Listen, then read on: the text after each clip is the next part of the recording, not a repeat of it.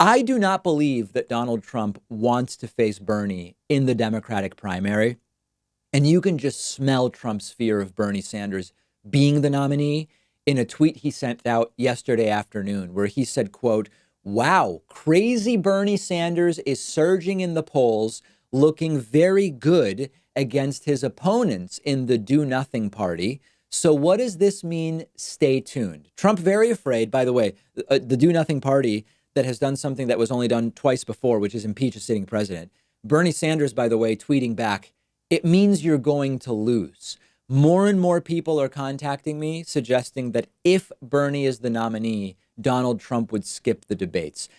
I don't know about that. And to be honest, I don't think that that's a possibility only if Bernie is the nominee, because Donald Trump is increasingly incoherent.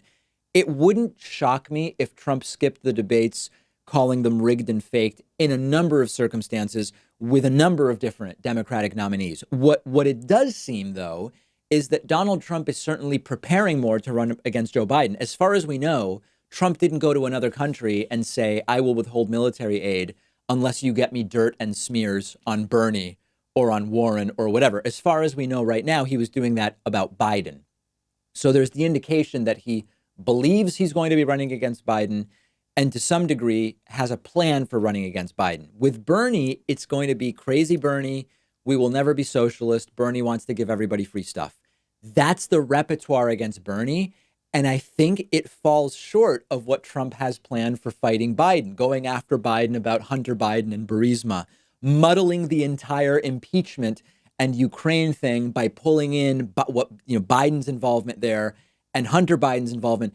It's much easier for Trump to muddle it up with Joe Biden than it is with Bernie Sanders. Now, remember that Donald Trump already started hinting at maybe he'll debate, maybe he won't, weeks ago when he tweeted in mid-December, "I look very much forward to debating whoever the lucky person is who stumbles across the finish line in the Little Watch Do Nothing Democrat debates. My record is so good on the capital E economy and all else, including debating, that perhaps I would consider more than 3 debates. The problem is that the so-called Commission on Presidential Debates is stacked with Trump haters and never Trumpers. 3 years ago, they were forced to publicly apologize for modulating my microphone in the first debate against crooked Hillary. As president, the debates are up to me, and there are many options, including doing them directly and avoiding the nasty politics of this very biased commission. I will make a decision at an appropriate time, but in the meantime, the Commission on Presidential Debates is not authorized to speak for me or Republicans." So this is already on the table. It's already something Trump is potentially setting up in the way that his followers will say, damn right he's skipping the debates if he chooses to, instead of being concerned that, wait a second, why is the sitting president refusing to debate the opponent and not some unknown third party polling 1%, but choosing to debate the winner of the Democratic primary? That should be the reaction, but Trump is very good at priming his supporters to cheer on whatever decision he ultimately makes. Also, I don't know that for our audience, we need to get into this other part. Trump's nickname of Bernie as Crazy Bernie, it may stick. The power of Trump's nicknaming is high, but it all started with framing Bernie as a socialist, as a crazy far left guy.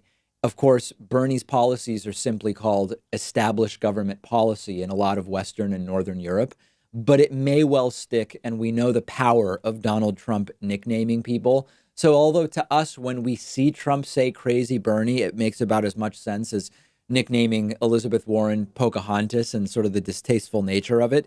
But we know that Donald Trump's ability to nickname people in ways that stick is strong. And so I don't think we should ignore that possibility. Make sure you're following The David Pakman Show on Instagram for more about this and all other stories from today's show at David Pakman Show. While you're there, give me a follow on Instagram at david.pakman. I posted the latest David Pakman Show Hatriot bingo card to my Instagram, which I think you'll enjoy. We'll take a quick break. And unfortunately, after the break, I do have to play some really sad video for you. That's coming up next. I want to tell you about a really great YouTube channel we're partnering with. It's called Upflip TV, and they've just recently launched. They have some excellent content for anybody interested in business and entrepreneurship. Check them out at davidpakman.com/flip. That's FLIP. That'll redirect you to their YouTube channel. Make sure to subscribe while you're there. It is a YouTube channel that I'd recommend to anyone in the David Pakman Show audience who owns a business, runs a business, is thinking about starting a business, or even if you just like learning new things about how business works. They interview successful entrepreneurs, business owners, giving them a place to tell their stories and share strategies so viewers can benefit from their insight and apply their wisdom to your own businesses. All of the content is about educating and inspiring people. In each video, Upflip TV showcases a different type of startup. It could be a coffee shop or a landscaping business or a real estate agency. You'll see how the business was often started from scratch, what a workday looks like, how to become and remain successful in that business.